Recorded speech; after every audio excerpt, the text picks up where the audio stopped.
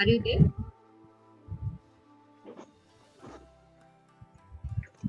Okay, तो prayer शुरू करते हैं। हमें आज श्लोका पढ़ना है आई थिंक 11 राइट? नहीं 10 11 ही करना है। 11 है माता जी। यस। पिछला कोई होमवर्क था आप लोगों को? No. नहीं, होमवर्क नहीं था राइट? वो पहले हो गया, पिछले बार कर लिया, कंप्लीट कर लिया था। ओके। ओम अज्ञानतिमिरान्धस्य ज्ञानाञ्जनशलाकया। Recording is on Madhavi? Okay. ओम अज्ञानतिमिरान्धस्य ज्ञानाञ्जनशलाकया चक्षुरुन्मिलितं येन तस्मै श्रीगुरवे नमः। श्रीचैतन्य मनोभीष्टं स्थापितं येन भूतले स्वयं रूप ददाम्यहं ददाति स्वपदान्तिकम्। जय श्री कृष्ण चैतन्य प्रभु नित्यानंदा श्री अद्वैत गदाधरा शिवासादि गौर भक्तवृंद। हरे कृष्ण कृष्ण कृष्ण हरे हरे, हरे राम राम राम श्री प्रभुपाद की जय। आप सभी गौर भक्तवृंद की जय। हरे गौर कृपाल हरे हरे हरे गौर। हम श्री प्रभुपाद की स्मॉल बुक पढ़ रहे हैं, उसमें पढ़ रहे हैं नारद भक्ति सूत्र। It is a very interesting book. थोड़ा फिलोसफिकल है, जैसे कि ईशोपनिषद श्री प्रभुपाद ने हमें दिया, तो थोड़ा इसमें ज्ञान की बातें हैं, इससे थोड़ा सा भक्तों को लगता होगा कि फिलोसफिकल बुक है, बट इसमें से आप बहुत अच्छे अच्छे रेफरेंस दे सकते हैं। जैसे आज तक आपने भक्ति के बारे में जो सिद्धांत पढ़े हैं उनको वेरीफाई करने के लिए आप इन श्लोकों को यूज कर सकते हैं। जैसे आपने पढ़ा था कि भक्ति जो है अमृतत्व का प्रदान करती है, तो आप इनमें इंक्लूड कर सकते हैं कि कैसे भक्ति जो है सुप्रीम है सबसे, और भक्ति के द्वारा ही भगवान को प्राप्त किया जा सकता है। और शुद्ध भक्ति में सेवा के प्रतिपादन में काम वासना का कोई प्रश्न नहीं होता। तो इसलिए जो काम वासना होता है और कृष्ण प्रेम होता है, दोनों में अंतर होता है। और निरोध का मतलब हमने देखा था कि लौकिक एवं विदेशी वैदिक आदेशों से प्रेरित धार्मिक कर्मों का परित्याग, तो जो कर्म कांड होते हैं उनका त्याग करके हमें कौन से धर्म का पालन करना चाहिए? भागवत धर्म का पालन करना चाहिए। ये भक्ति होता है। ये सब नारद मुनि हमें बता रहे हैं। और फिर बता देते कि वैराग्य का क्या मतलब होता है। वैराग्य क्या मतलब होता है कि भगवान कृष्ण की अनन्य सेवा करना, मतलब एकमात्र कृष्ण को अपने जीवन में आश्रय प्रदान करना, और बाकी जो प्रतिकूल चीजें हैं उनके प्रति उदासीन रहना। तो ये सब एक दो शब्द हैं, अगर हम याद कर सकते हैं तो अपने बातों को कभी कभी प्रूफ करने के लिए, लिखने के लिए हमें और रेफरेंसेस की जरूरत पड़ती है, राइट? तो नारद मुनि जो है वो हमारे 12 महाजन में से भी एक है, तो हम अपने बातों को वेरीफाई कर सकते हैं। तो एक दो शब्द है, देखिए सूत्र है, ज्यादा लंबे लंबे श्लोकास लर्न नहीं कर रहे, लेकिन आप अपनी बात को एक रेफरेंस देने के लिए, साक्षी बनाने के लिए और ज्यादा पावरफुल बनाने के लिए आप एक महाजन के वर्ड्स यूज कर सकते हैं। जैसे बहुत बार हम वैराग्य शब्द को डिफाइन करते हैं या प्रीचिंग में यूज करते हैं, या ऐसे राइटिंग या कोई चीज लिखते हैं तो उसमें हम यूज करते हैं। तो वैराग्य का मतलब हम यहाँ से भी कोट कर सकते हैं। This is very true line word ना, कि उसमें भगवान कृष्ण की अनन्य भक्ति एंड बाकी जो भौतिक चीजें हैं उसके प्रति उदासीनता ही वैराग्य। तो देखिए शब्दों के और डीपर मीनिंग हमें आचार्यों के पास प्राप्त होते हैं। इसमें बहुत ही सुंदर 10वां श्लोक था कि भगवान को छोड़कर किस तरह से अन्य आश्रय नहीं जाने चाहिए। तो हमने देखा था कि भगवान के अलावा कोई भी शाश्वत आश्रय नहीं। हम सच्चिदानंद हैं और एकमात्र कृष्ण सच्चिदानंद। जब तक हम उनका आश्रय ग्रहण नहीं करेंगे तब तक हमें पूर्ण शांति नहीं मिल सकती। आइए 11वां श्लोक सूत्र पढ़ते हैं। लोक वेदेषु तद कुलानुचरणम तद रोधेषु दानु उदासीनता। तो भक्ति सेवा के क्या बता रहे हैं? लोक वेदेषु मतलब समाज एवं राजनीतिक या वैदिक अनुष्ठानों में तत् अनुकूल यानी उनके अनुकूल आचरण तत् विरोधीषु उदासीनता, उनके लिए विरोध के प्रति उदासीनता। आइए अब मतलब समझते हैं। अनुवाद श्री प्रभुपाद के भक्तों के द्वारा श्री प्रभुपाद के भक्तों की जय। भक्ति में सेवा के प्रतिकूल विषयों में उदासीनता का क्या अर्थ? देखिए हम खाली एक शब्द बोलते हैं कि मैं भगवान के अनुकूल चीजें स्वीकार करनी है, प्रतिकूल छोड़ देनी है। जैसे उपदेशामृत में हमने देखा था कि भक्ति के जो विनष्ट करती है कौन कौन सी चीजें होती हैं, किसी को याद है? श्लोक का याद है किसी को?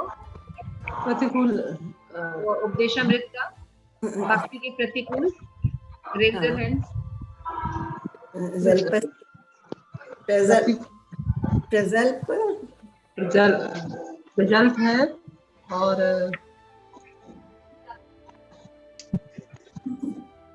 ओके, एक हिंट है अत्याहार। नंदीमुखी माता जी बोलिए। अत्याहार प्रजल्प प्रजल्प प्रजल्प। और कोई ट्राई करेगा? नजर आ रहा है मुझे। आग्रह जन संघर्ष लौल्यम च नंदिकांता रेस हैंड किया है, मंजरी ने हैंड किया है। ओके, नंदिकांता पहले बोलो। अत्याहार प्रयास जन संघर्ष लौल्यम च शब्दीर भक्ति विनश्यति। मीनिंग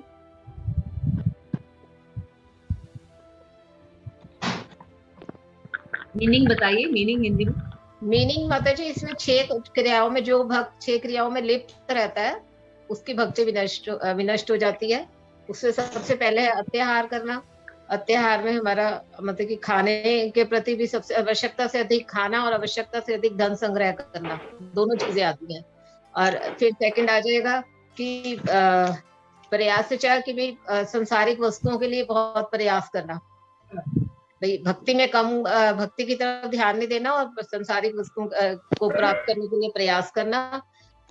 और तीसरा आ जाएगा संसारिक विषयों के बारे में अनावश्यक मतलब दिलचस्पी लेना, जैसे प्रजल्प में गॉसिप करना, और वो सब आ जाता है। और नियमाग्रह में आ जाएगा कि जो वो है शास्त्रीय विधि विधान है उनके नियमों को ना मानना, ठीक है। उनके प्रति क्या कहना चाहिए, उनके प्रति होना या तो नहीं, ये तो बहुत आसान, या तो एकदम ही नहीं। हाँ, मन माना कार्य करना, अपना मनोधर्म करना, शास्त्रों के नियमों को ना मानना, अपना मनोधर्म करना। और फिर आ जाएगा जो संगति में आ जाएगा कि जो संसारिक प्रवृत्ति के लोग हैं उनकी संगति करना, उनके पास उठना बैठना ज्यादा, भौतिकता में जो लिप्त है। और 6th आ जाएगा कि संसारिक उपलब्धियों के लिए लालित रहना, कोई भी हम उपाधि या उपलब्धियों के लिए। हम जनरली पढ़ते हैं कि जो भक्त होते हैं ये क्षेत्र के प्रति उदासीन हो जाते हैं, लेकिन इसका मतलब क्या होता है ना? What do you mean by उदासीन? तो हमने पहले देखा था, उदासीन को मैंने बहुत अच्छे से एक्सप्लेन किया था पिछली क्लास में, है ना। उदासीन का मतलब होता है इच्छाओं को खत्म करना नहीं, बल्कि सही इच्छाओं को बनाना, सही इच्छाओं को बढ़ावा देना।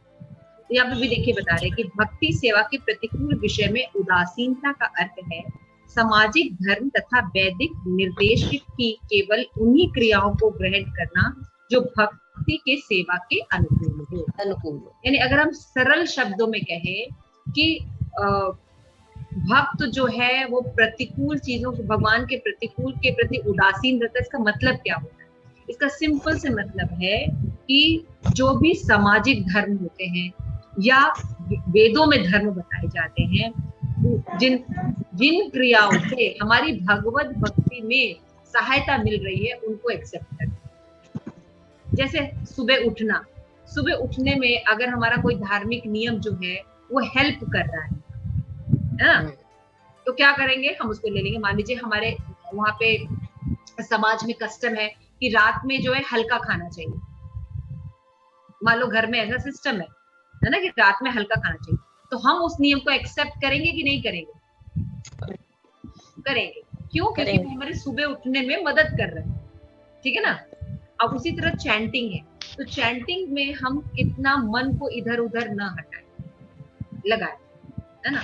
तो हो सकता है कि हमारे वेदों में अगर कोई ऐसा नियम है जैसे कि मान लीजिए नियम है कि हमें जो है वो डेमी गॉड्स के व्रत रखने, उपवास रखने, सत्यनारायण की पूजा करनी, तो इसको भक्त लोग एक्सेप्ट करेंगे कि नहीं करेंगे? हाँ या ना? नहीं करेंगे। नहीं करेंगे। जो कोई ऐसा है जो कहेगा हाँ, प्रियदर्शिनी? माता जी पहले सत्यनारायण की कथा कराते थे, जब से आप पूछा फिर अब नहीं करती। हम नहीं करते। क्यों नहीं करते? क्योंकि जोड़ दिया किशन को ही मानस मेन, हाँ। अब सेंटर में किशन को रखता है, हाँ। भगवान किशन को। तो सत्यनारायण जी भगवान की कथा को ऐसा हम लोग कंडेम नहीं करते, लेकिन हम उसको मानते नहीं है वैष्णवा, क्योंकि वो मेरा टाइम कंज्यूम करता है, मन को। कर्मकांड में आता है। हाँ, कर्मकांड में आता है, लेकिन हम क्यों नहीं एक्सेप्ट करते? एक्सेप्ट इसलिए नहीं करते कि भगवान की सेवा करने से एक तो सभी डेमीगॉड्स की सेवा हो जा रही है ना, और दूसरा अगर हम सत्यनारायण की पूजा तो करते हैं लेकिन कृष्ण की पूजा नहीं करते, तो सत्यनारायण भगवान का भी सही से उनका पूजा हुआ नहीं, त्रुटिपूर्वक सेवा होगी, है ना। और दूसरी चीज है कि उसमें इतना इलाबोरेशन होता है कि मनुष्य धर्म सार्थक करने वाला कार्य तो होता नहीं, उसमें तो हमारी माता जी थोड़े थोड़े इच्छाएं भी कम हो गई ना, वैसे ऐसे इन चीजों से थोड़ा विरक्ति आ और गई। दूसरी इच्छाएं भी कम हो जाती हैं। दूसरी चीज, हाँ, इंद्रिय तृप्ति होती ना, सत्यनारायण भगवान को ये करेंगे तो सत्यनारायण पर लड़का होगा, धन मिल जाएगा, नौकरी लग जाएगी, शादी हो जाएगी, इसलिए सत्यनारायण भगवान की कथा करेंगे। लेकिन भगवान की भक्ति हम इस सब चीजों के लिए नहीं करते, भगवान की भक्ति इसलिए करते क्योंकि हम भगवान के हैं, है ना। It is our duty, at least सतोगुण में तो हमारा कि ड्यूटी है हमारा। उसके बाद प्रेम पूर्वक सेवा होती है कि हम है ही उनके, तो उनकी सेवा करनी है ना। लेकिन फर्स्ट हम उस लेवल पर आए कि हाँ, हम भगवान के हैं, इसलिए हमारी ड्यूटी है कि हम भगवान की सेवा करें, तभी हमको प्रसन्नता प्राप्त होगी। तो ये सत्वगुणी विचार है। तो जो भक्ति के अनुकूल है, तो वेदों के आदेश या सामाजिक धर्मों में जो नियम बनाए गए हैं उनको व्यक्ति जो है, वैष्णव जो है, एक्सेप्ट। एकदम सिंपल सी डेफिनेशन। आइए इनको पढ़ते हैं। यस, नरसिंह स्तुति माता जी, फर्स्ट पैराग्राफ पढ़िए। हरे कृष्ण। हरे कृष्ण। भौतिक अस्तित्व परम पुरुषोत्तम भगवान के प्रति विद्रोह का जीवन है। जीव कई प्रकार से इस विद्रोहात्मक प्रवृत्ति को प्रकाशित कर सकता है, जैसे सकाम कर्म, मनोधर्मी चिंतन अथवा भौतिक सिद्धियों हेतु योग में प्रवृत्त होना।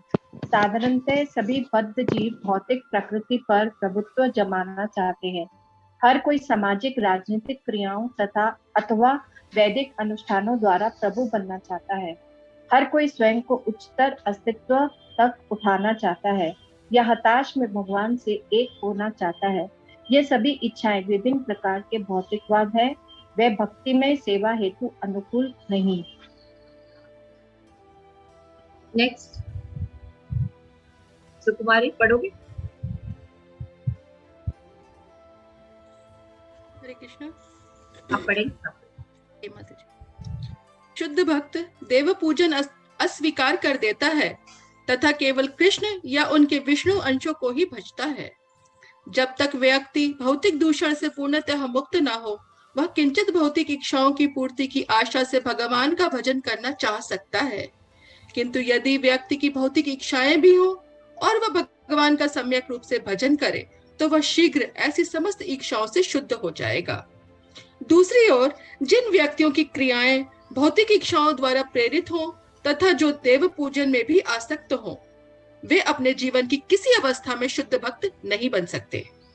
सबके हृदय में स्थित भगवान देव उपासकों की इच्छा पूर्ति करते हैं, किंतु भगवत गीता में भगवान कहते हैं कि ऐसे देव उपासक कम बुद्धि वाले हैं, अल्पमेधसः।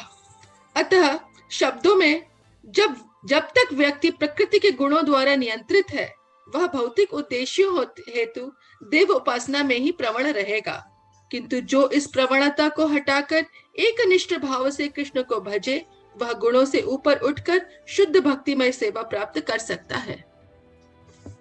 सुबल मित्र प्रभु, पढ़ेंगे?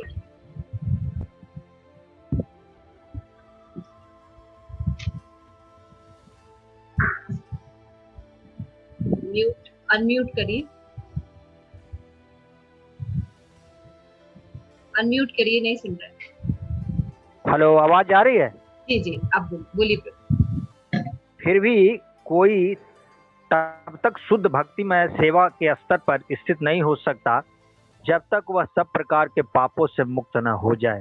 विभिन्न पापों के निदान हेतु वेदों के कर्मकांड विभाग में प्रस्तावित कर्तव्य हैं एवं जीवन के निम्न स्तर के लोग वैदिक अनुष्ठानिक पद्धतियों के तत्परता पूर्वक पालन द्वारा सब पापों से मुक्त हो सकते हैं, तब वे शुद्ध भक्तिमय सेवा में प्रतिष्ठित हो सकते हैं।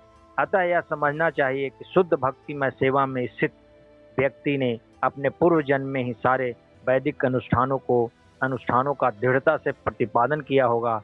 अन्य शब्दों में भक्तिमय सेवा के स्तर पर पहुंचकर व्यक्ति को वेदों के कर्मकांड विभाग में वर्णित किसी भी प्रायश्चित के पद्धति का प्रतिपादन करने की आवश्यकता नहीं है, वह पहले से ही पाप रहित है। Thank you so much. So मैं चाहूंगी कि आप लोग अपना अपना थोड़ा सा फर्स्ट पैराग्राफ को एक्सप्लेन कीजिए। यस, कोई एक्सप्लेन करना चाहेगा? Raise your name.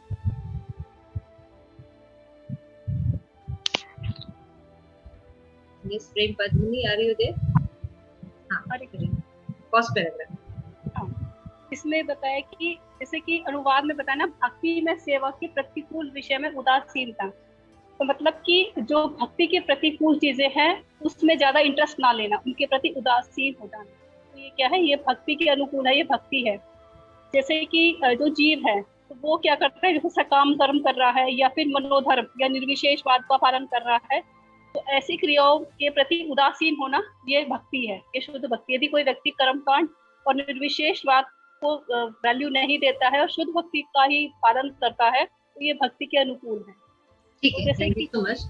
कि जो भक्त होता है वो समाज में जो नियम होते हैं या कर्म कांड होते हैं, उनमें जो भगवान कृष्ण की शुद्ध भक्ति में अवरोध पैदा करते हैं, उनको वो स्वीकार्य नहीं, सीधी सी बात। तो इससे उसको कोई दोष नहीं लगता, क्योंकि वो भगवान कृष्ण की भक्ति कर रहा है, इसलिए वो ऐसा कर रहा है। लेकिन जो व्यक्ति कुछ नहीं करते, शुरुआत के लिए हमने योगा लेडर पढ़ा था भगवद गीता में, है ना?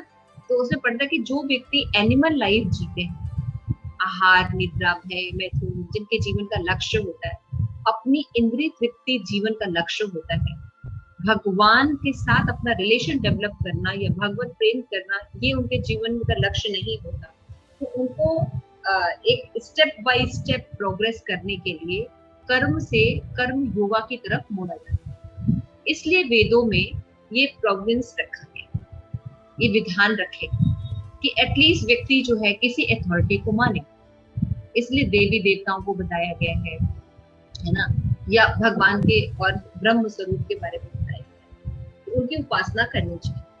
यहाँ पे देखिए बताया गया है कि भौतिक अस्तित्व परम पुरुषोत्तम भगवान के प्रति विद्रोह का जीवन। ये पहली लाइन जो है बहुत ज्यादा इम्पोर्टेंट। इसी लाइन में पूरा आंसर है कि अगर हम मटेरियल एग्जिस्टेंस अपना बनाए रखना चाहते हैं, हम यही जीना यहाँ, मरना यहाँ, इसके सिवा जाना कहाँ। हाँ, आज के बाद फिर हम फिर आए, ऐसे ही हम चलता रहे, इसी दुनिया में हम रहे। हाँ, शादी करके 7 जन्म हम तुम्हारे साथ ही बिताए, है ना? तो फिर क्या करेंगे? इसी जीवन में अगर हम आना चाहते हैं, इसी जीवन में हम बने रहना चाहते हैं, तो फिर भगवत प्रेम की ओर तुम नहीं जा सकते। क्यों परमपृष्ठवादी? सही ना? ठीक बोल रहे ना? कि अगर हम यहाँ पे अपना एग्जिस्टेंस बनाए रखना चाहते हैं, यही रहना चाहते हैं, तो हम जा सकते हैं भगवत धाम? नहीं। कैसे जाएंगे? एक्सप्लेन करेगा कि कैसे नहीं जा सकते। हम इन्हीं चीजों से लगाव रखे रहेंगे। भगवान तो हम कैसे जाएंगे? भगवान सब कुछ छोड़, जब तक विरक्ति नहीं होगी भगवान के प्रति, क्योंकि विरक्ति होगी तो भगवान के प्रति आसक्ति होगी, और तभी हम भगवान की पास जाते हैं। भगवान के प्रति आसक्ति, लेकिन इसको और अच्छे से एक्सप्लेन। हरि बोल। माता जी, जैसे भौतिक जो अस्तित्व है हमारा वो माया है, और जो आध्यात्मिक हमारी जर्नी है वो भगवान तक पहुंचने का रास्ता है। अगर हम लोग भौतिक अस्तित्व को पकड़ कर रखेंगे तो जैसे इसमें लिखा है कि ये भगवान के प्रति विद्रोह है, ये साफ साफ दर्शाता है कि हम लोग अपने मार्ग से हट रहे हैं।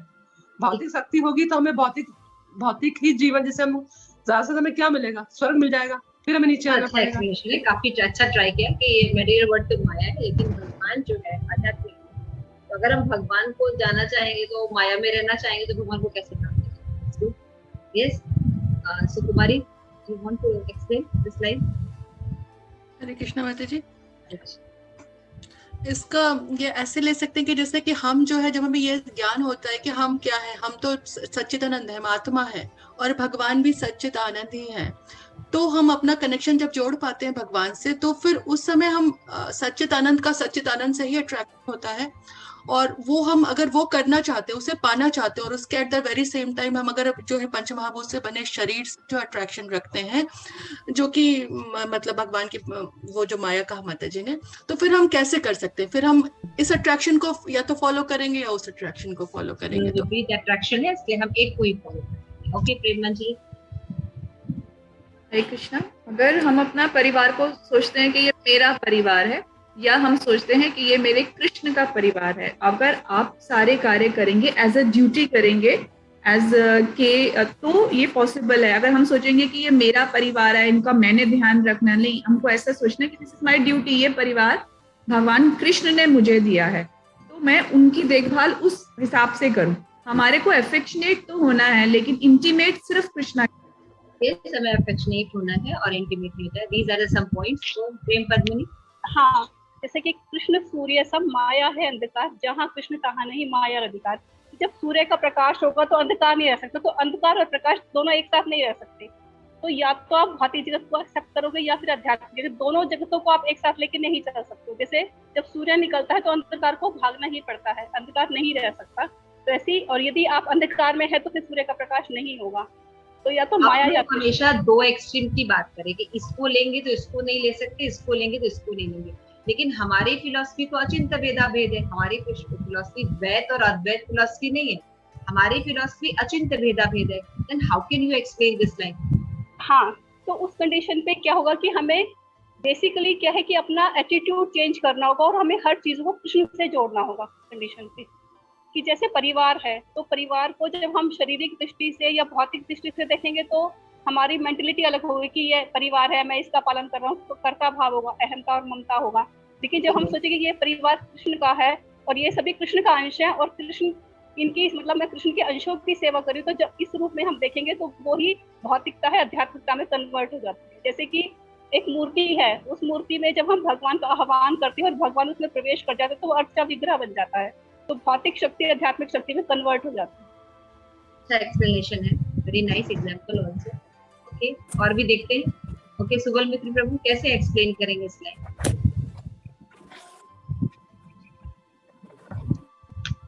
जैसे देखिए दो चीजें ये डिस्कशन इसलिए मैं लंबा चला रही हूँ क्योंकि मेन पॉइंट सामने नहीं आ रहा है।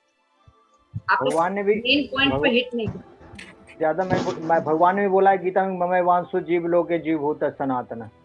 तो सभी भगवान के अंश के रूप में देख करके और भौतिक जगत से लस्ट नहीं रखना है ज्यादा, सिर्फ सेवा में कि नहीं भाई भगवान का अंश ही। प्रभु जी कह रहे हैं क्योंकि हम भगवान ने गीता में कहा है ममे वांशो जीव लोके जीव भूत सनातन, स्टेटमेंट दिया कि भगवान बच्चे भी तो सेवा तो करना ही है, ठीक कह रहे हैं माता जी, सेवा करना है। उसके बाद मतलब भगवान के रूप में देखना है और भगवान की सेवा करना। इधर भौतिक जगत से तो आसक्ति कम करना पड़ेगा, तभी हम उधर जा सकते हैं। कम करना पड़ेगा तभी। और एक चीज और है कि जैसे हमें जाना है बॉम्बे, तो बॉम्बे का ही टिकट कटाएंगे ना, दूसरी जगह का टिकट हम तो अभी भौतिक जगत के टिकट में कटाए हुए हैं, तो इधर ही चले जाएंगे ना। मेरा प्रॉब्लम ये है कि या तो आप मटेरियल बात कर रहे हैं या तो स्पिरिचुअल बात कर रहे हैं। हमारी फिलॉसफी अचिंत्य भेदा भेद है। Then how can you come to this point? हम दो एक्सट्रीम की बात कर रहे हैं कि हम भौतिक नहीं कर सकते तो एक्सट्रीम। यस सुकुमारी। माता जी बस एक वो वर्ड युक्त वैराग्य आप सर्च कर रहे हैं कि हमें युक्त वैराग्य को फॉलो करें। एक्सप्लेन करिए। जो भी चीज है हमारे पास, जो भी चीज हमारे मतलब भौतिक जगत की ही चीजों को जो है भगवान से जोड़ के चले। जो भी है मतलब जैसे कह रहे हैं कि भौतिक, वो यहाँ पे बात हो रही है कि भौतिकता में नहीं रहना, उन सब चीजों में नहीं रहना, पर इन्हीं भौतिक चीजों को, जैसे सपोज ये लैपटॉप लेकर के मैं बैठे हैं, हम आपकी क्लास कर रहे हैं, अचिंत्य भेदा भेद से कैसे आप करेंगे? इसके पहले का स्टेटमेंट है कि हम अगर मटेरियल चीजों को आसक्त रहते हैं तो हम स्पिरिचुअल नहीं कर सकते। तो मेरा ये पॉइंट है कि अगर हम दो एक्सट्रीम्स को लेके चल रहे हैं, भौतिक को या आध्यात्मिक को, तो या तो अद्वैत फिलॉसफी लेके चले या द्वैत फिलॉसफी ले सके। ये दोनों फिलॉसफी हमारी नहीं है। हमारी फिलॉसफी अचिंत्य भेदा भेद, तो आप कह रहे हैं युक्त वैराग, इट्स ओके, लेकिन how it is help in अचिंत भेदा भेद फिलोसफी?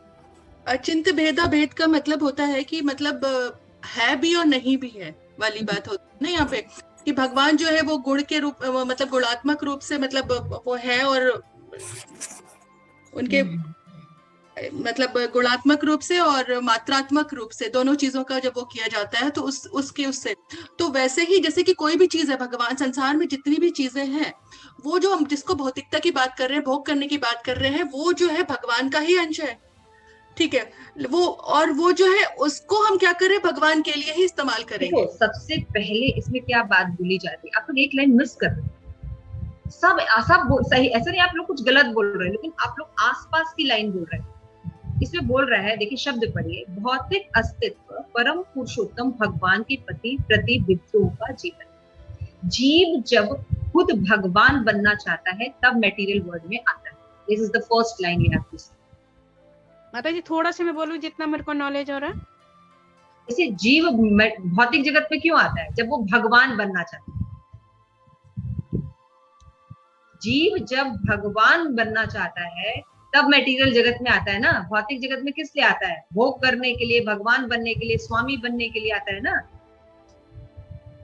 तो क्या करता है? भगवान से विद्रोह करता है। ये लाइन कोई नहीं बोल रहा है, समझ रहे हैं? मतलब ये लाइन नहीं बोलने के कारण शब्दों को अर्थ नहीं मिल रहा है। अब समझे सुकुमारी? यस माता जी, समझ रहे हैं? This is very important line. हमने सोचा कि वो लिखी हुई है इसलिए उसको। ये लिखी नहीं है, पहले इसको समझना होगा। इसको ये समझना होगा कि जीव इस भौतिक जगत में इसलिए आता है क्योंकि वो भगवान बनना चाहता है। तो हालांकि उसका अस्तित्व सच्चिदानंद है, लेकिन वह जड़ चीजों को एक्सेप्ट करता है जो कि उसके स्वभाव के बिल्कुल विपरीत है। अब आप लोग से मैंने ये पूछा कि आप लोग या तो बोल रहे हैं कि जीव जो है मटेरियल चूज करे या स्पिरिचुअल चूज करे, दोनों में से एक ही चूज कर सकता है।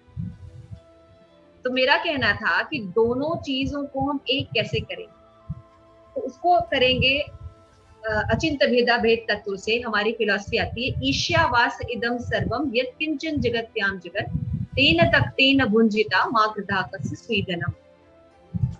कितने लोगों ने श्लोका पढ़ा है? Please raise your hands. Ishopanishad 1 2 3 4 5 6 7। इस फिलॉसफी से हम इन दोनों एक्सट्रीम को एक कर सकते हैं ना। तो when we are talking, आप लोग कोई गलत नहीं बोल रहे हैं, बिल्कुल सही बोल रहे हैं कि या तो मटेरियल में जा सकते हैं, स्पिरिचुअल में जा सकते हैं। लेकिन बात यहाँ मटेरियल स्पिरिचुअल की नहीं हो रही है। फिलॉसफी कहीं थोड़ा सा शिफ्ट हो गई है आप लोगों की। नरसिंह स्थिति समझ में आ रही है बात?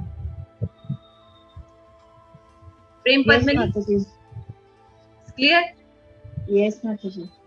प्रेम पद्मिनी, ईशावास्य के सिद्धांत को लेके चलना होगा। ईश्वरवाद सिद्धांत को जब आप लेके चलते हैं तो उसमें क्या करते हैं कि आध्यात्मिक हो या भौतिक हो, सभी संपत्ति कृष्ण की।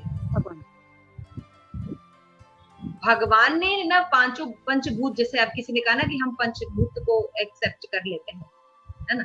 सुकुमारी ने कहा पंचभूत को कहते हैं, मंजूरी ने कहा कि भगवान का है, हम ऐसा कर ले। किसने कहा युक्त वैराग्य हम कर सकते हैं। सो ऑल ओके, लेकिन दोनों चीज को हम मिला, कुछ भी भौतिक है नहीं।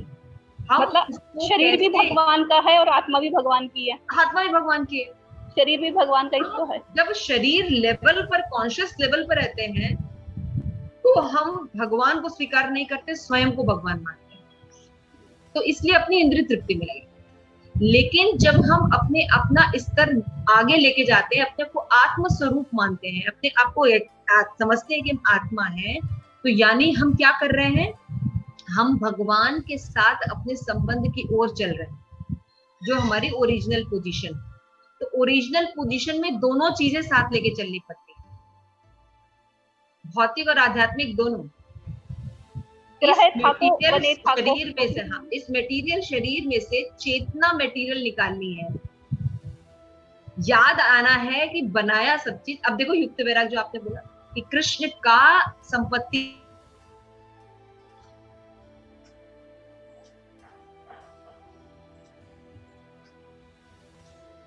आवाज नहीं आ रही।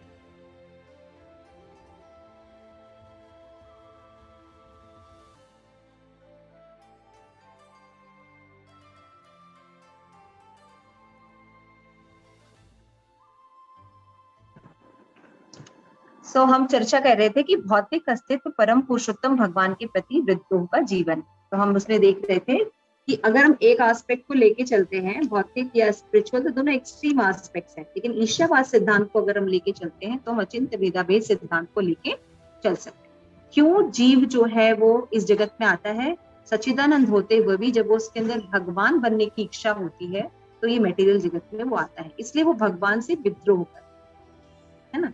तो जीव कई प्रकार के विद्राते प्रवृत्ति से प्रकाशित कर सकता है।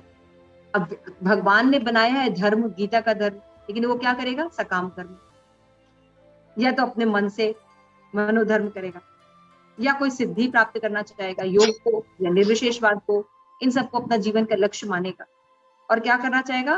भौतिक प्रकृति पर प्रभुत्व जताना चाहेगा, सिद्धियां प्राप्त कर, है ना। आर्यमा लघिमा सिद्धियां प्राप्त करके क्या करेगा? वो भौतिक प्रकृति पर प्रभुत्व जताना। जैसे जितने भी हमारे सामाजिक हैं, राजनीतिक जो हमारे अनुष्ठान होते हैं, उनमें वो क्या क्या बनना चाहता है? अपने आप को प्रभु बनना चाहता है ना। वो भगवान को भगवान एक्सेप्ट नहीं करता, वो अपने आप को एस्टैब्लिश करने की कोशिश करता है।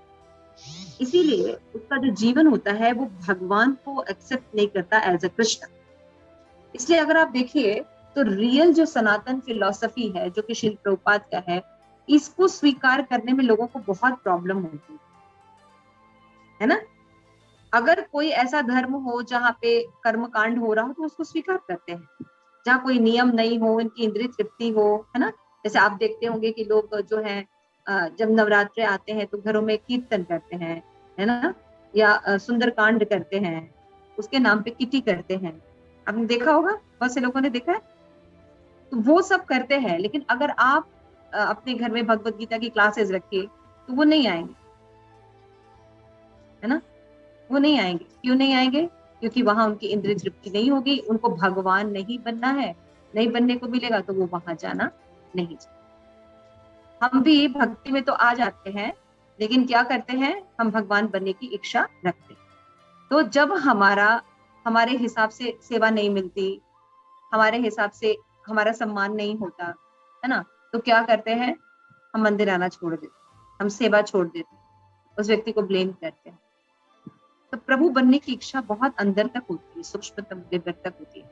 तो यहाँ पे प्रभुपाद यहाँ पे लिखा है कि हर कोई स्वयं को उच्चतर अस्तित्व तक उठाना चाहता है ना, उच्च से उच्च बनना चाहता है, और या हताशा में भगवान से एक हो जाना चाहता। दो ही काम करते हैं, या तो खुद ब्रह्मा बनना चाहेंगे, इंद्र बनना चाहेंगे, या फिर देखेंगे कि जब उनकी चीजें पूरी नहीं हो रही हैं तो फिर क्या कहते हैं? अंगूर खट्टे हैं। हताश हो जाएंगे, मान लीजिए, फिर कहेंगे ओ बहुत करप्शन है, लोग बहुत पॉलिटिक्स करते हैं मेरे साथ, इसलिए मेरे साथ ऐसा हो। फिर क्या हो जाता है कि हे भगवान मुझे उठा लो। ये सभी इच्छाएं विभिन्न प्रकार के भौतिकतावाद। तो जब इन वादों में हम लगे रहेंगे, इन कर्म कांडों में लगे रहेंगे, इन सामाजिक नियमों में लगे रहेंगे, तो हम भौतिकतावाद में। तो भक्त जो होते हैं इसीलिए इन चीजों में इंटरेस्टेड नहीं होते हैं, क्योंकि ये सेवा के, उसके भक्ति में सेवा के अनुकूल नहीं है। अभी क्लियर हो गया आप लोगों को? अभी क्लियर है? यस मत जैसे उसमें वो एग्जांपल भी हम देख सकते हैं ना, ग्रहे थाको वन में थाको सदा हरि बोले डाको। तो मतलब घर भी भगवान का है और वनवास भी भगवान का है। हाँ, अब बिल्कुल सही कह रहे हैं। गृह थाको वने थाको, जहां भी रहो सदा हरि बोले डाको। तो भक्त ये चेतना को स्वीकार करता है कि वो जहां भी रहता है वो भक्ति के अनुकूल देखता है। वन में इसलिए जाता है कि वो भक्ति कर सके, और घर में इसलिए रहता है कि वो गृहस्थ बन सकते, गृह में भी ना, है ना। जैसे कि हम एग्जाम्पल देखते हैं श्रीमद् भागवतम में। श्रीमद् भागवतम में 4 कैंटो में पृथु महाराज का एग्जाम्पल आता है। पृथु महाराज हालांकि भगवान के शक्तावेश अवतार है। जब वो अपीयर होते हैं तो सारे डेमिगॉड्स और बहुत से सिद्धिचारण आदि आते हैं, उनको अप्रिशिएट करते हैं और बहुत सुंदर सुंदर गिफ्ट देते हैं। और उनको कहते हैं कि आप ही हैं जो मतलब हमारी रक्षा कर सकते हैं, और विभिन्न प्रकार से उनको प्रेज करते हैं। तो अगर कोई ऐसा करता है तो हमें तो बड़ा अच्छा लगता है। लेकिन पृथु महाराज कहते हैं कि अभी मेरे गुण तो प्रकट भी नहीं हुए, है ना, और मेरी प्रशंसा करने की बजाय भगवान की आपको प्रशंसा करनी चाहिए। मैंने तो अभी कोई गुण प्रकट भी नहीं किया है। और इस तरह अगर आप किसी का प्रशंसा करते हैं तो ये एक तरह से अपराध है और पाप भी है, क्योंकि अगर बाय द वे जो आप प्रशंसा शब्द कह रहे हैं अगर मैं पूरा नहीं कर पाया या मैंने उसको अपने अप्रिशिएशन के रूप में ले लिया तो मैं अपने आप को भगवान मानने लगा। मैं भगवान के दास के रूप में अपने आप को प्रतिस्थापित नहीं कर पाऊँ। यहाँ देखते हैं भगवान की इनकारनेशन है पृथु महाराज। पृथु महाराज ऐसे नॉर्मल किंग नहीं है, फिर भी वो चीजों को एक्सेप्ट नहीं करते।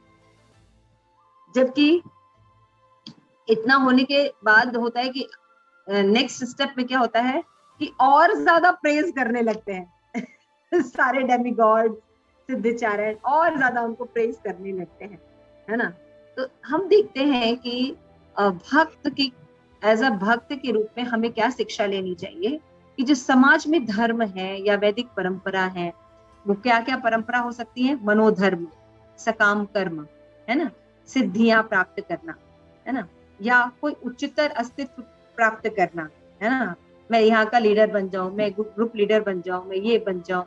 अब भक्ति में आप देखिए ग्रुप लीडर नहीं होता है, भक्ति में क्या होता है, सर्वेंट लीडर आपके सर्वेंट हम रहे।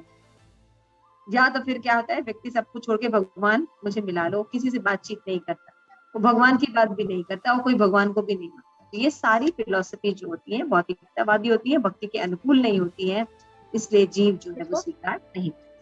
तो मैं चाहूंगी कि ये सेकंड जो पैराग्राफ है उसको थोड़ा एक्सप्लेन करिए, तो कोई करेंगे? यस, सेकंड पैराग्राफ प्रियदर्शनी थोड़ा एक्सप्लेन करो। जी, हरे कृष्णा माता जी, आवाज आ रहा है? हाँ जी माता जी, इसमें क्या बताया गया है कि शुद्ध भगत जो है वो देव पूजन, जो देवी देवता और डेमीगॉड्स का पूजन मतलब जो होता है उसको अस्वीकार कर देता है, और वो केवल कृष्ण या उनके विष्णु अंशों जैसे कि नरसिंह अवतार, भगवान श्री पंचतत्व, उनको ही भजता है। और इसमें जो भौतिक इच्छाओं के से भी अगर वो करे ना कि भौतिक इच्छा हो उसके मन में, तो भी वो शुद्ध हो जाएगा धीरे धीरे। ऐसे मतलब जो भी कोई भौतिक इच्छा से भी भगवान का भजन करता है तो वो धीरे धीरे उससे भी शुद्ध हो जाएगा, उसकी इच्छाएं भी जो शुद्ध हो जाएंगी। इसमें ये बताया गया है इसमें पैराग्राफ में। और भगवान कहते हैं कि जो देव उपासक होते हैं वो कम बुद्धि वाले हैं। इस भगवद गीता में भगवान ये भी कहते हैं कि इसमें जो देवी देवताओं के पूजते हैं वो कम बुद्धि वाले होते हैं, और प्रकृति के गुणों द्वारा जब तक व्यक्ति प्रकृति के गुणों द्वारा नियंत्रित है तो वह भौतिक उद्देश्यों एवं देव उपासना में ही प्रवन्न रहेगा। जब इन प्रकृति के गुणों द्वारा वह मुक्त हो जाएगा तभी वह भगवान कृष्ण को भज सकता है। इन गुणों से ऊपर उठकर ही वह शुद्ध भक्ति में सेवा को प्राप्त कर सकता है। ठीक है, काफी एक्सप्लेन किया। इसमें देखते हैं कि जो शुद्ध भक्त होता है वो देव पूजन अस्वीकार कर देता है ना, देवताओं की जो पूजा है वो अस्वीकार कर देता है तथा केवल कृष्ण या उनके विष्णु अंशों का ही को ही भजता है। इसको कौन बताएगा कि भगवान के अंश कौन कौन से देवी देवता आते हैं? सुबल मित्र प्रभु, भगवान के अलावा किसको किसको भज सकते हैं कृष्ण के अलावा? नरसिंह है, बामन है, क्या नाम, चैतन्य महाप्रभु हो गए हमारे। चैतन्य महाप्रभु अंश अवतार है? नहीं, चैतन्य महाप्रभु तो भगवान ही है। नरसिंह है, बामन है। हाँ ठीक है, और बताइए कोई? ठीक बोला नंदी मुखी माता जी। और अंश अवतार? अंश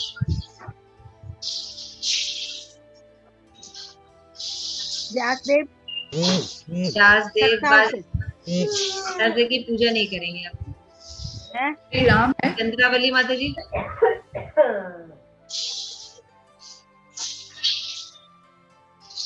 प्रहलाद महाराज, ध्रुव महाराज, ये भी तो भगवान के ही थे ना। नहीं, बिल्कुल नहीं, कितना मिसकंसेप्शन है।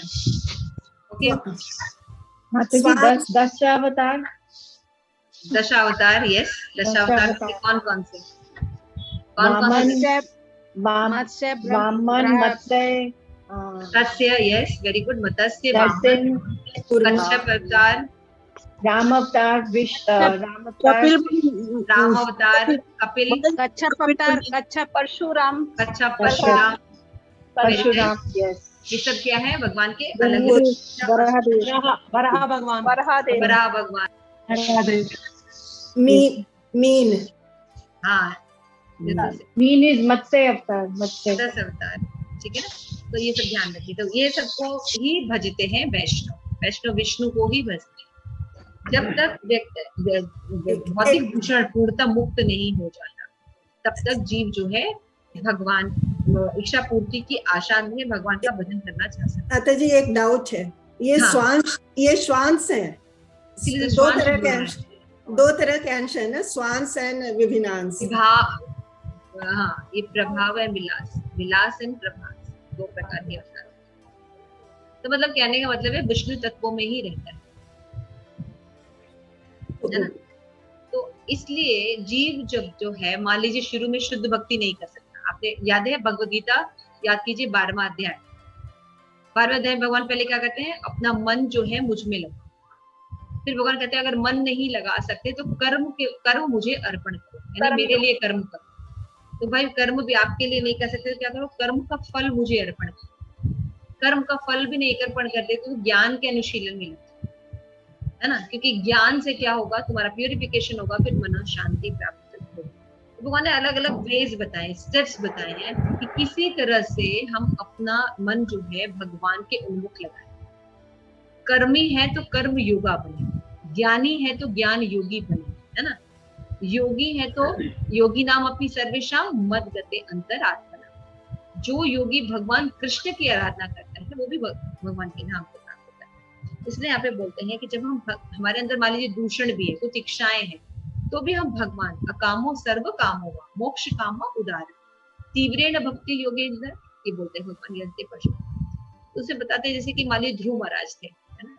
ऐसे बहुत से भक्त हैं जो भगवान से कुछ इच्छा लेके जाते हैं, लेकिन धीरे धीरे भक्ति करने से उनका जो मन जो है वो प्यूरिफिकेशन हो जाता है, फिर वो शुद्ध भक्त होता है। यहाँ पे बताते हैं कि भगवत गीता में भी भगवान ने बताया है कि जिनकी बुद्धि अल्प है, अल्प ज्ञानी लोग देवी देवता की उपासना करते हैं, जिनको क्षणिक लाभ से मतलब होता है। तो क्या कहते हैं भगवान से ये भी कहते हैं कि जो देवी देवता है बहुत जल्दी उनकी इच्छाओं को पूरा कर देते हैं, लेकिन वो ये नहीं जानते कि ये जो इच्छाएं हैं ये क्षणिक है। बहुत इंपॉर्टेंट है। ये इच्छाएं जो होती हैं, जो देवी देवता से मांगते, मान लीजिए घर मांगा, परिवार मांगा, शादी मांगी, पैसे मांगे, वो हमारे साथ जाने वाला है? हाँ गौरी, लेके जाओगी बस में बैठा के? क्या लेके जा सकती हो गौरी? भगवान की भक्ति, भगवान की भक्ति, भगवान की भक्ति माता जी। क्यों? शरीर से इतनी चीजें अभी कर रही हो, नौकरी कर रही हो, इतना सब धन कमा रही हो, तो नहीं ले जाओगी ये सब चीजें? नहीं माता जी। प्रयास तो तुम सारा दिन इसी के लिए कर रही हो। नहीं माता जी, ये चीजें बस इसलिए चाहिए कि मतलब जो भक्ति है वो आराम से हो सके, मतलब जो बेसिक नीड्स हैं, अदरवाइज जाएगा कुछ नहीं, अदरवाइज जाएगा कुछ नहीं, अदरवाइज इसका कुछ नहीं है। अदरवाइज गौरी सारा 50% भगवान को दान देने वाली है। माता जी अगर इसका बिल्कुल अगर भगवान ने चाहा तो मुझे उसमें भी कोई परेशानी नहीं होगी, बिल्कुल वो रखते हैं सामने। बाकी चीजें अभी आपने सबके सामने वचन दिया है कि अपनी सैलरी का 50% आप इस्कॉन में डोनेशन देंगे। थैंक यू सो मच, ऐसे डोनेशन की भी बहुत जरूरत है। तो यहाँ पे बोलते हैं कि अल्प मेधसा, अल्प बुद्धि वाले जो है देवी देवता की उपासना करते हैं, लेकिन अगर वो सही रूप से भक्ति करते हैं तो ये देवी देवता भी उनको कृष्ण भक्ति की ओर उन्मुख करते हैं, जिससे कि वो भगवान की शुद्ध प्रेममय सेवा करते हैं। लास्ट पैराग्राफ में बोला गया है कि फिर भी कोई जब शुद्ध भक्ति में सेवा के स्तर पर स्थित नहीं हो जाता, तब तक के सब प्रकार से पापों से जब तक वो मुक्त नहीं हो जाता। जब तक जीवन में पाप होते हैं तब तक जीव शुद्ध भक्ति नहीं कर सकता।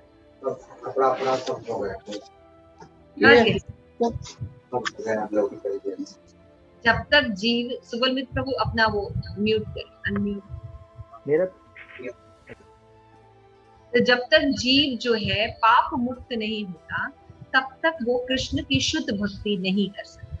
तो पाप से मुक्त होने के लिए जीव को अलग से प्रयास करने की कोई जरूरत नहीं है। भक्तों को उनका जो भक्ति प्रोसेस है, श्रवणम, कीर्तनम, विष्णु स्मरणम, भगवान का भजन करना, कीर्तन करना, चैंटिंग करना, धाम जाना, भागवत ग्रंथों का अध्ययन करना, वैष्णव एसोसिएशन करना, ये ही धीरे धीरे उनको प्यूरिफाई कर देंगे। वो निम्न अपने अच्छे स्तर पर पहुंच जाएंगे। लेकिन अगर वो भगवत भक्ति नहीं करते तो दिक्कत आएगी। विभिन्न पापों के निदान हेतु कर्मकांड बताए गए।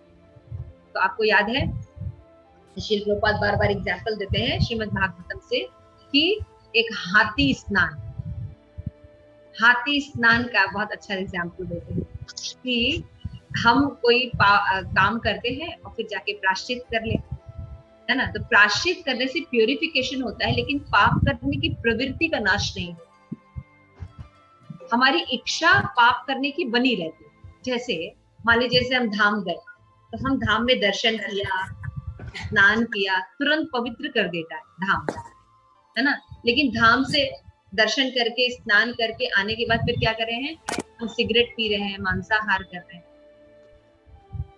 है ना। तो यानी हम धाम ने आपको पवित्र तो कर दिया, लेकिन आपकी जो प्रवृत्तियां पाप की बनी हुई है ये खत्म नहीं होती।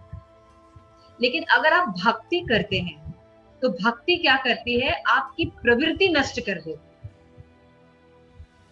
पाप करने की इच्छा को ही नष्ट कर देती। जैसे आप लोगों ने मान लीजिए एक नियम बनाया कि भगवत प्रसाद खाने से जीव जो है वो पाप से मुक्त रहता है, सुखी रहता है। पढ़ लिया आपने फिलॉसफी।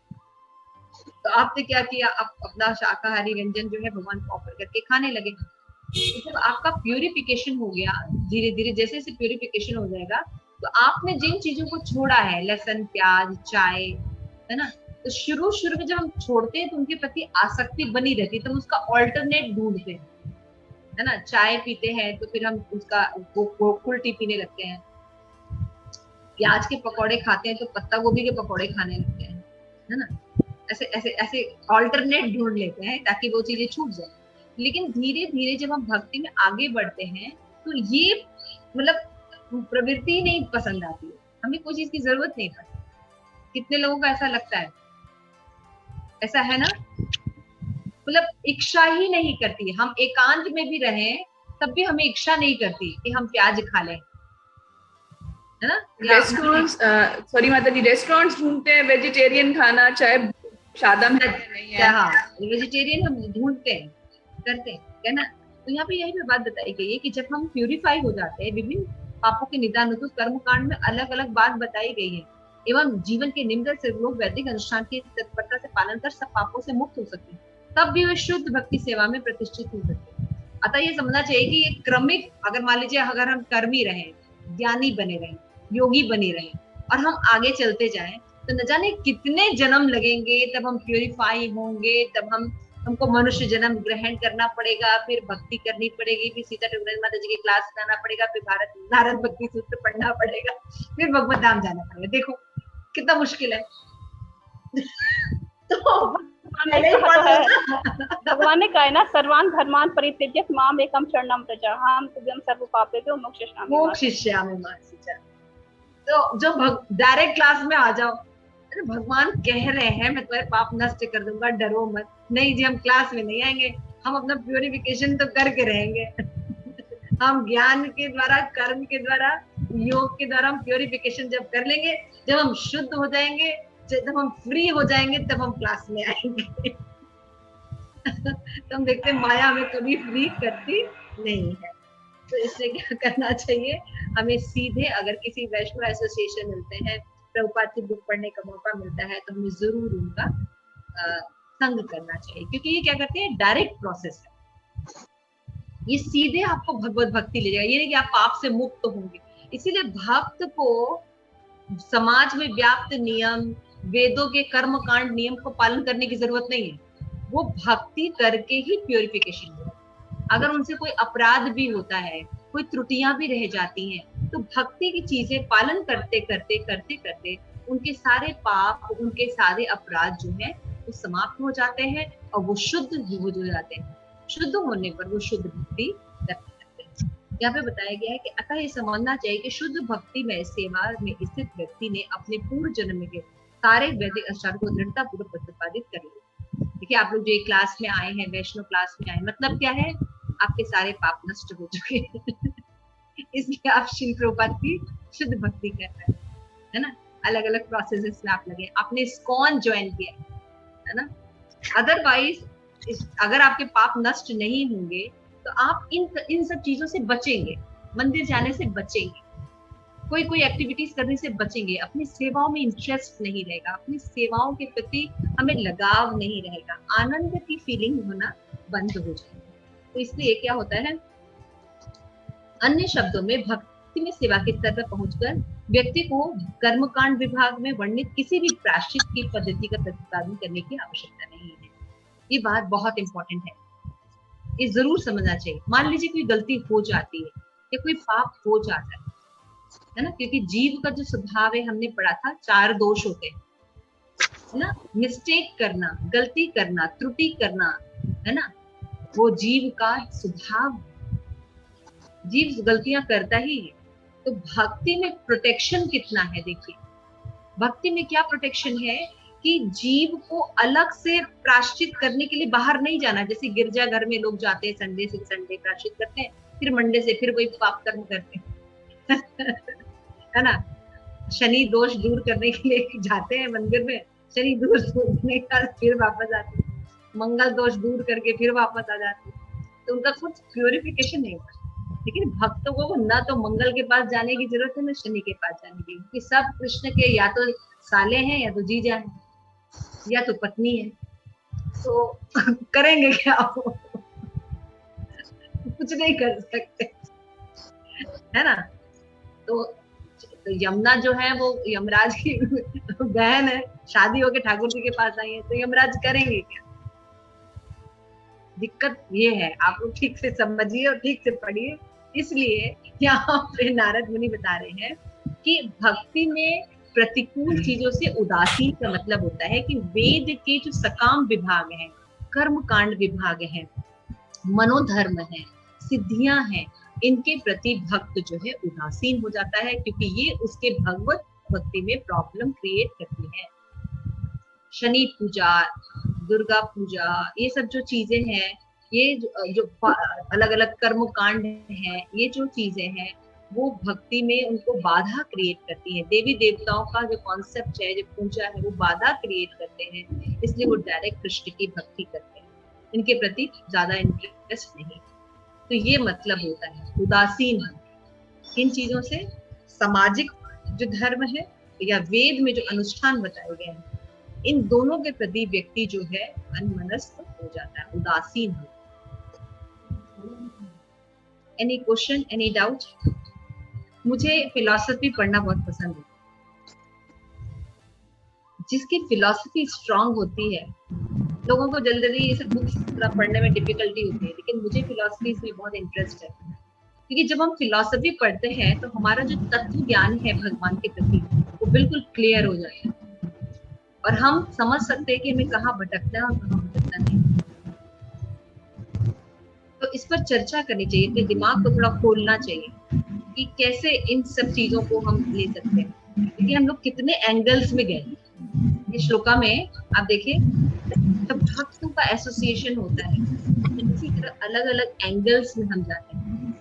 अदरवाइज आप अकेले पढ़ के देखिए तो मन नहीं करेगा। तो बाद ये हिंदी में क्या लिखा है, शायद 1-2 लाइन समझ में आने वाला है, फिर लगेगा 2 श्लोक के बाद इसमें कोई ना लीला नहीं है, राधा कृष्ण गोपियों की लीला नहीं है, फिर वो इंटरेस्टिंग नहीं लगेगा। हरे कृष्ण। माता जी एक चीज पूछनी थी।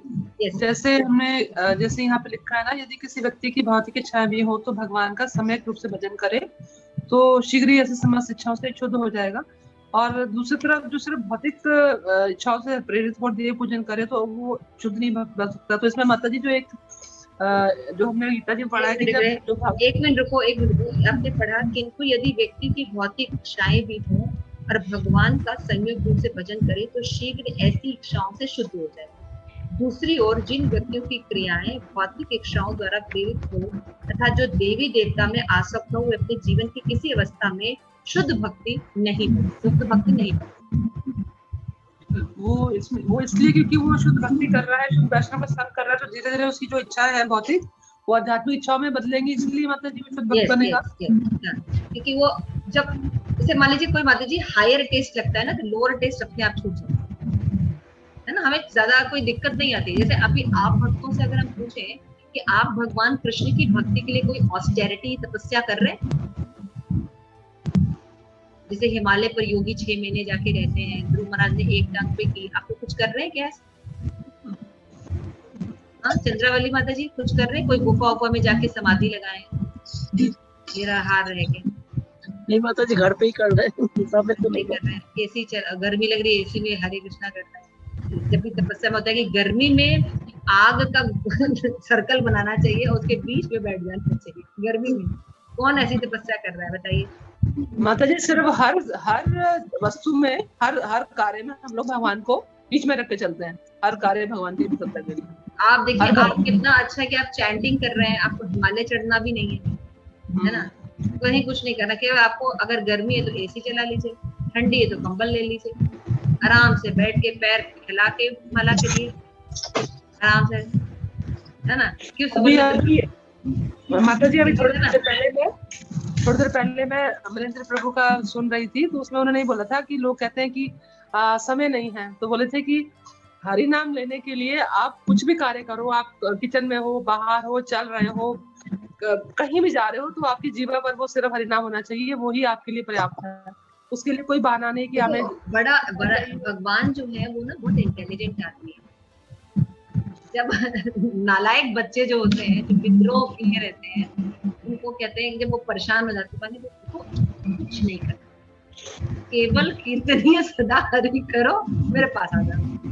अरे कीर्तनी सदा हरि करेंगे कैसे?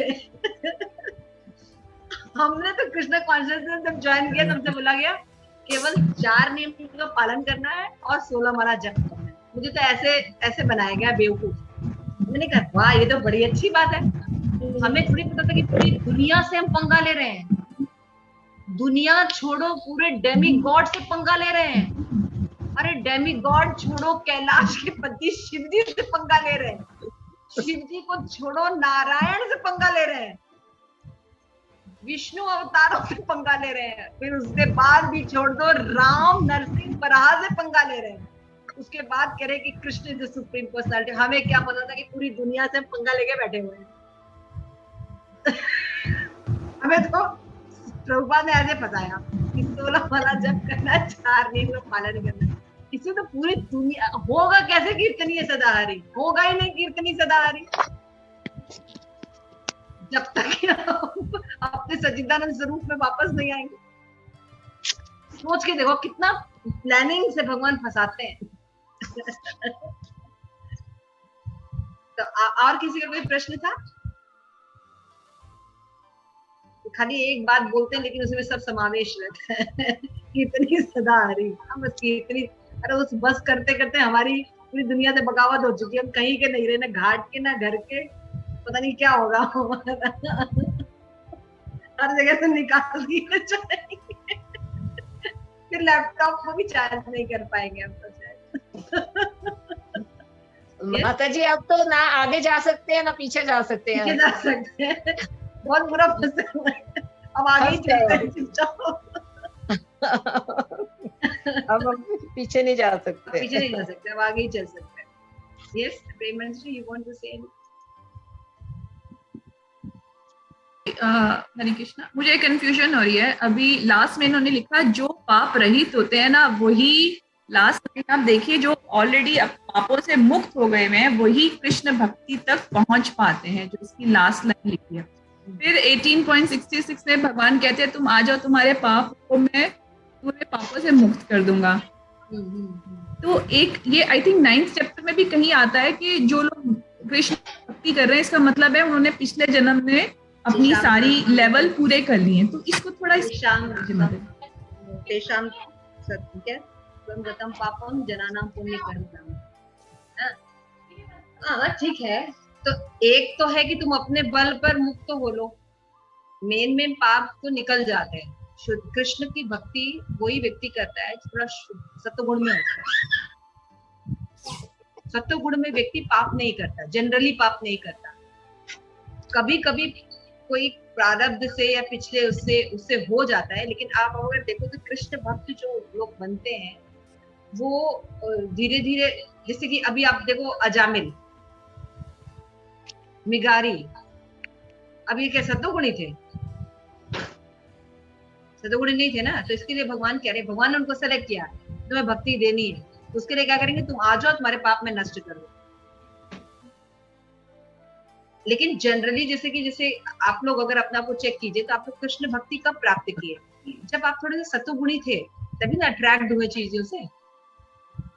ऑलरेडी आप लोग बहुत कुछ करते थे, आप लोग शाकाहारी थे, थोड़ा मन उबने लगा था दुनिया से, कुछ वैराग सा होने लगा था। माताजी वैष्णव संघ था, वैष्णव संघ था, कुछ ना कुछ रहता है, तब आप स्टे करेंगे। आते बहुत से लोग हैं, रहते बहुत से लोग हैं, लेकिन भक्ति में डीपर जाने वाले लोग जनरली पापों से मुक्त रहते हैं। माता जी इसके रेफरेंस में ऐसे भी बोल सकते हैं कि जैसे कि जब साधना भक्ति करते हैं तो पहली चीज क्या होती है, क्लेशाग्नि, क्लेश चला जाता है, हमारे सारे पाप कट जाते हैं। तो इन्होंने जिस लेवल की बात की कि भक्ति में सेवा के स्तर पर पहुंचने की बात की है, तो उस स्तर तक तो लोगों के क्लेशाग्नि से पाप कट चुके होते हैं। क्लेश अग्नि और पाप मुक्त दो अलग अलग अवस्थाएं होती हैं। क्लेशों में ही तो पाप आते हैं ना, अविद्या पाप, और पाप में वो जो उसी में तो पाप आता है। क्लेशाग्नि के ही तो 3 पार्ट होते हैं। तो पाप जो है सारा जो अगर आप मोटा क्लेश अग्नि समझो, ये आदि दैविक, आदि भौतिक, आदि आध्यात्मिक, इट्स अ रिएक्शन ऑफ पाप। जब हम लोग क्लेशाग्नि पढ़े थे तो 3 चीजें थी ना कि अविद्या की वजह से जो है व्यक्ति पाप करता है, और पाप का बीज और पाप की वासना। हाँ, पाप के बीज और पाप की वासना, तो वो सब वो क्लेशाग्नि का ही पार्ट था। फिर क्लेशाग्नि में क्या होता है कि सारे पाप कट जाते हैं, प्रारब्ध अप्रारब्ध बीज है। लेकिन क्लेश अग्नि एक पर्टिकुलर चीज है कि पाप का रिएक्शन हुआ ना। अच्छा, जी जी जी, करेक्ट। मैं आपको क्या समझा रही हूँ कि अगर वो आपको एक समझाने के लिए बताएगा, उसमें गलत नहीं है, सारे इसी में इंक्लूडेड है, एक दूसरे के पार्टी है सब। लेकिन अगर first you have to explain क्लेश अग्नि आदि दैविक, आदि भौतिक, आदि आध्यात्मिक, इट इज रिएक्शन ऑफ पाप, है ना? ठीक है, आदि दैविक क्यों हो रहा है? प्रारब्ध, पार्ट इज देयर, प्रारब्ध अप्रारब्ध, the beach. Now you have to explain it. But if you take Klesh Agni means deeper understanding में तो सब बिल्कुल एक दूसरे से लिंक्ड रहेगा ही। आपने क्लेश अग्नि पढ़ा होगा, विद्या पढ़ा होगा, पाप पढ़ा होगा, ये मिलकर ही तो क्लेश अग्नि बनते हैं माता जी ना। आदि दैविक होगा कैसे? जब हम पाप करेंगे, है ना? हाँ बिल्कुल समझ सकते हैं ऐसे। माता जी आपने बताया था कि पाप जो है ना उनका प्रायश्चित अपराध होते हैं, वो जैसे पत्थर होता है पानी में, वो अपराध से, इसीलिए अपराध से बहुत ज्यादा सावधान होना चाहिए। कृष्ण वैष्णव अपराध से बहुत ज्यादा सावधान। भक्ति में सेवा बहुत इंपॉर्टेंट है, बहुत भक्ति श्रवण करना।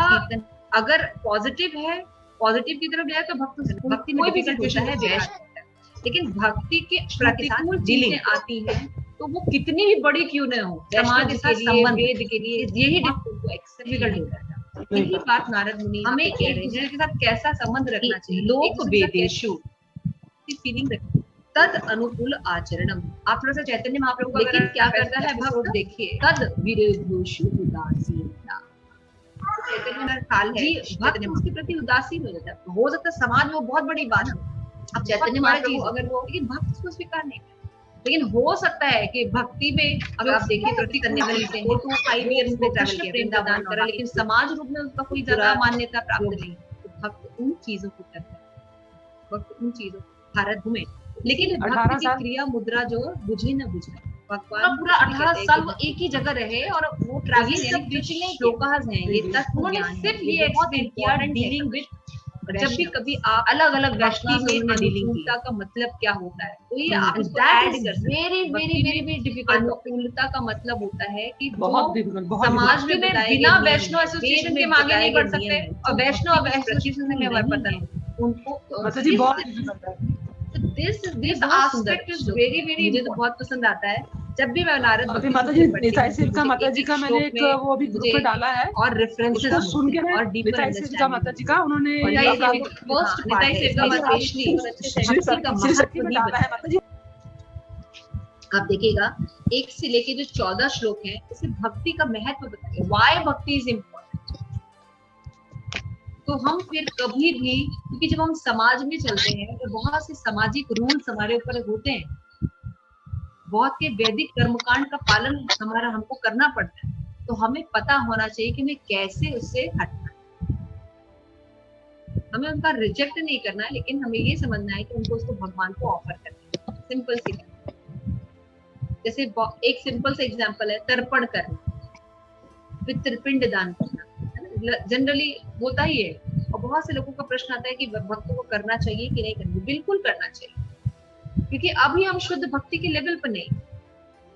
तो पिंड दान कैसा करना चाहिए कि हमको पिंड दान में भगवान के लिए प्रसाद अच्छे से बनाना चाहिए, उनको भगवान को ऑफर करना चाहिए। फिर जिन व्यक्ति का हम श्राद्ध कर रहे हैं उनको ऑफर करना चाहिए, और वो प्रसाद जो है हमें भगवत भक्तों को खिलाना चाहिए। हरिदास ठाकुर को अद्वैत आचार्य ने अपने पिता के श्राद्ध पर बुलाया। एक ही हरिदास ठाकुर का मैं तो बहुत नीच हूँ, तो अत्यंत नीच, आप मुझे क्यों बुला रहे हैं? और आपको कितने लोगों का विद्रोह का सामना करना पड़ेगा। देखिए मैंने बोला ना, अद्वैताचार्य सामाजिक रीति के अनुसार कितना निम्न काम किया कि एक मुस्लिम को उन्होंने श्राद्ध में प्रसाद लेने के लिए बुलाया, न कि ब्राह्मणों को। ये तो समाज के खिलाफ हुआ ना बात।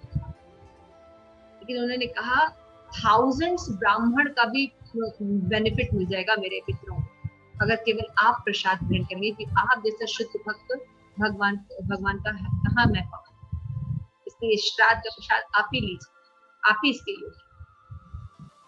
देखिए समाज के विरुद्ध बात है। हमारे समाज में ब्राह्मण जात की प्रथा बहुत है। गुण के आधार पर ब्राह्मण नहीं है, जात के आधार पर ब्राह्मण कर दिए। ब्राह्मण का पुत्र है तो ब्राह्मण हो जाए। इसका कितना खंडन किया है भक्ति सिद्धांत सरस्वती ठाकुर ने, उन पर जानलेवा हमला हुआ। और भक्ति सिद्धांत सरस्वती ठाकुर कोई नॉर्मल व्यक्ति थे? भक्ति सिद्धांत सरस्वती ठाकुर मंजरी थे भगवान। आप देखिए तो भक्ति सिद्धांत सरस्वती मंजरी नहीं है, वो रे ऑफ विष्णु। हाँ मंजरी है। नहीं भक्ति सिद्धांत सरस्वती रे ऑफ विष्णु। माता जी वो मंजरी है। मैंने तो यही पढ़ा है। रे ऑफ विष्णु का मतलब मंजरी है, लेकिन एक्सप्लेनेशन नहीं पढ़ा मैंने। जैसे भक्ति विनोद ठाकुर का कमल मंजरी, भक्ति सिद्धार्थ सरस्वती की मुझे पता नहीं, शायद नयन मंजरी है, आई थिंक ऐसा कुछ। जैसे भक्ति विनोद ठाकुर कमल मंजरी है, राइट? हाँ वो तो कमल मंजरी है। माता जी नयन मंजरी, यस भक्ति सिद्धार्थ ठाकुर नयन मंजरी।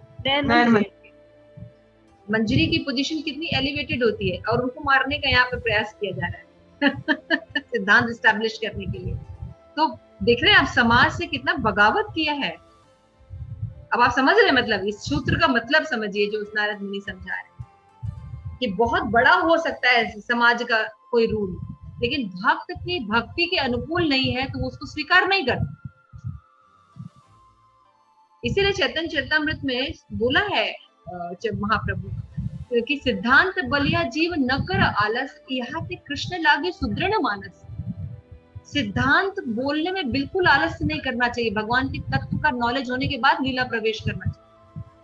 लेकिन हम तत्वों को बड़ा नीरस लेते हैं, हमारा मन नहीं लगता तत्वों में बात करना, तत्वों में के बारे में थोड़ा सा डिस्कशन करना, या डिस्कशन हो रहा तो हमें आनंद लेना, ये हम उसे पार्टिसिपेट नहीं करना चाहिए। अभी कोई लीला की बात होती रहती तो बोलते, लेकिन आप देखिए अगर जो सिद्धांत बोलता, देखिए कितना अलग अलग एस्पेक्ट हम डिस्कस कर रहे हैं। इसीलिए भक्तों के बीच में ये सब ग्रंथ पढ़ना, आप सब दर्शनों के संग में मुझे बहुत ज्ञान प्राप्त होता है और बहुत अच्छा लगता है। Thank you so much. शिल प्रभुपाद की जय। आप सभी गौर भक्त की जय।